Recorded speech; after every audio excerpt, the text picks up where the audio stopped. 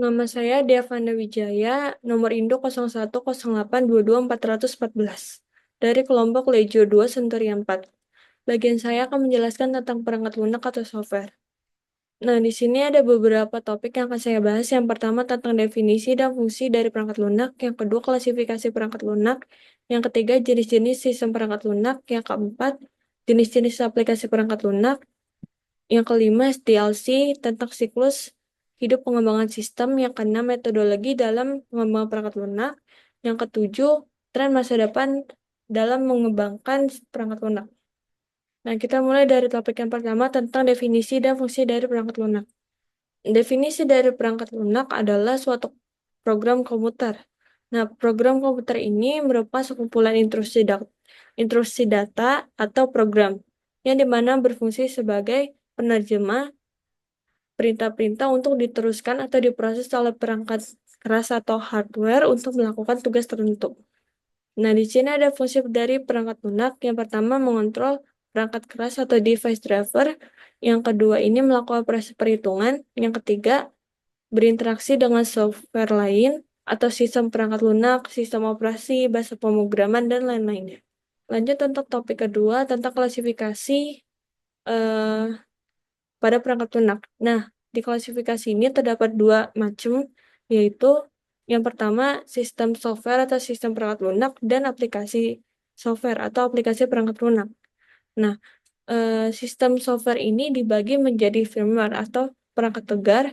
Yang kedua, operating system atau OS atau sistem operasi.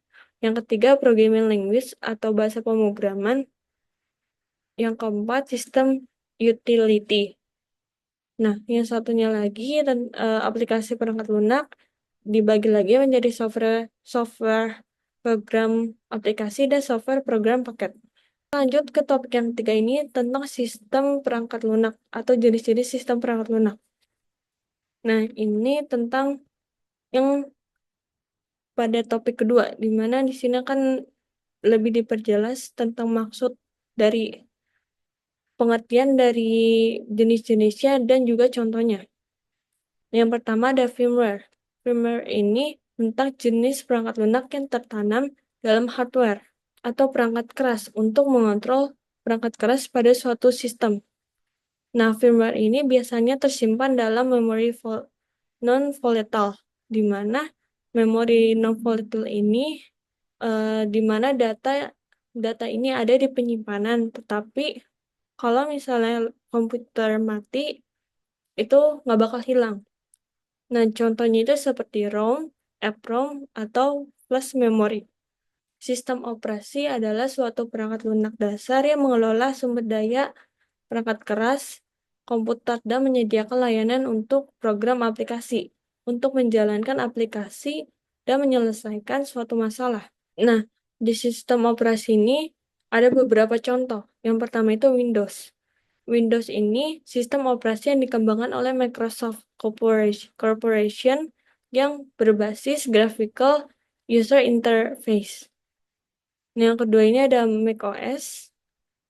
Yang ketiga ini ada Linux. Linux ini tentang sistem operasi open source di server, desktop, dan perangkat yang tertanam. Terus ada contoh lainnya seperti Android. Android ini sistem operasi Linux yang dirancang untuk perangkat seluler. Dan ada contoh lainnya seperti iOS. iOS ini sistem operasi untuk perangkat mobile Apple. Contohnya seperti iPhone dan iPad. Lanjut ke jenis yang ketiga, bahasa pemrograman. Bahasa pemrograman ini adalah suatu teknik berkomunikasi antara manusia dengan mesin komputer dengan menggunakan suatu perangkat keras berupa papan ketik atau keyboard. Nah, contoh dari bahasa pemrograman yang pertama ada C++ dan Java. C++ dan Java ini biasa digunakan dalam pengembangan aplikasi desktop dalam membangun Windows, macOS, dan Linux. Sedangkan JavaScript atau Python biasanya digunakan untuk mengembangkan aplikasi web. Nah, contohnya seperti firmware. Firmware ini menggunakan bahasa C dan bahasa C++. Jenis yang keempat ini adalah sistem utilitas, program khusus yang digunakan sebagai perangkat pemeliharaan komputer, yang digunakan untuk backup file, recover data, dan lain-lain. Nah, contohnya itu seperti driver perangkat keras. Driver perangkat keras ini adalah perangkat lunak yang mengatur dan mengendalikan kinerja dari sebuah perangkat keras. Nah, contohnya itu seperti perangkat yang membutuhkan instalasi driver. Contohnya seperti sound card itu untuk memproses dan menghasilkan suara, di mana memungkinkan komputer untuk merekam suara atau berinteraksi dengan perangkat audio eksternal seperti speaker dan mikrofon. Ada juga menggunakan VGA card atau menghasilkan atau berfungsi sebagai menghasilkan dan memproyeksi gambar ke layar. Nah, selanjutnya yang kedua ini contoh keduanya ada antivirus atau McAfee. Nah, McAfee ini digunakan sebagai perlindungan antivirus dan anti malware yang komprehensif. Nah, ada AVG ini tentang perlindungan antivirus yang kuat dengan fokus pada perlindungan terhadap malware dan ransomware dan lain-lainnya. Contoh ketiga dari manajemen hard disk, partition magic. Partition magic ini fungsinya untuk mengubah ukuran, membuat dan menghapus partisi tanpa kehilangan data. Ada disk Genius ini berfungsi sebagai membagi, menggabungkan, dan memperbaiki partisi, serta memulihkan data yang hilang. Selanjutnya, tentang topik yang keempat, tentang jenis-jenis aplikasi perangkat lunak. Nah, di sini ada dua, software program aplikasi dan software program paket. Software program aplikasi ini adalah suatu program yang digunakan untuk memenuhi kebutuhan yang spesifik, atau bisa dibilang berdiri sendiri. Contohnya itu seperti mengolah data. Mengolah data menggunakan Microsoft Word, Docs, dan Docs. Yang kedua contohnya presentasi menggunakan Microsoft PowerPoint. Yang ketiga untuk berkomunikasi menggunakan Google Meet dan Zoom. Jenis kedua dari jenis kedua dari aplikasi perangkat lunak ada software program paket. Nah, software program paket ini adalah suatu program yang dikembangkan bersama untuk kebutuhan tertentu. Contohnya itu seperti Microsoft Office, yaitu Word dan Excel. Yang kedua, Google Workspace atau contohnya seperti Docs, Sheets, Slides. Yang ketiga ini Adobe Creative Cloud seperti Photoshop, Illustrator. Lanjut ke topik yang kelima tentang System Development Life Cycle. Nah, eh, di sini ada beberapa tahap dari SDLC. Yang pertama ini tentang analisis dan definisi kebutuhan, di mana ini dilakukan dengan berkonsultasi langsung dengan penggunaan atau pemakai dalam pengumpulan informasi tentang layanan yang diinginkan, tentang batas-batasan sistem dan tujuan akhir dari sistem. Metode yang kedua, perancangan sistem dan perangkat lunak, di mana dilakukan perancangan arsitektur sistem dalam perangkat keras dan perangkat lunak untuk menghasilkan desain pada sistem yang akan dibangun, serta sistem perangkat lunak dalam bahasa pemrograman. Metode yang ketiga, implementasi dan pengujian unit. Nah, di sini perangkat lunak ini diimplementasikan menjadi kode sumber, lalu dilakukan verifikasi pada setiap program yang memenuhi spesifikasi yang ditentukan. Nah, ada metode yang keempat, integrasi dalam pengujian sistem. Nah, setelah unit-unit diimplementasikan dan dilakukan pengujian, kemudian dilakukan penggabungan semua unit ke dalam sistem untuk memastikan bahwa semua komponen bekerja sama dan memenuhi semua kebutuhan yang telah ditentukan. Metode yang kelima, yang terakhir, operasi dan pemeliharaan.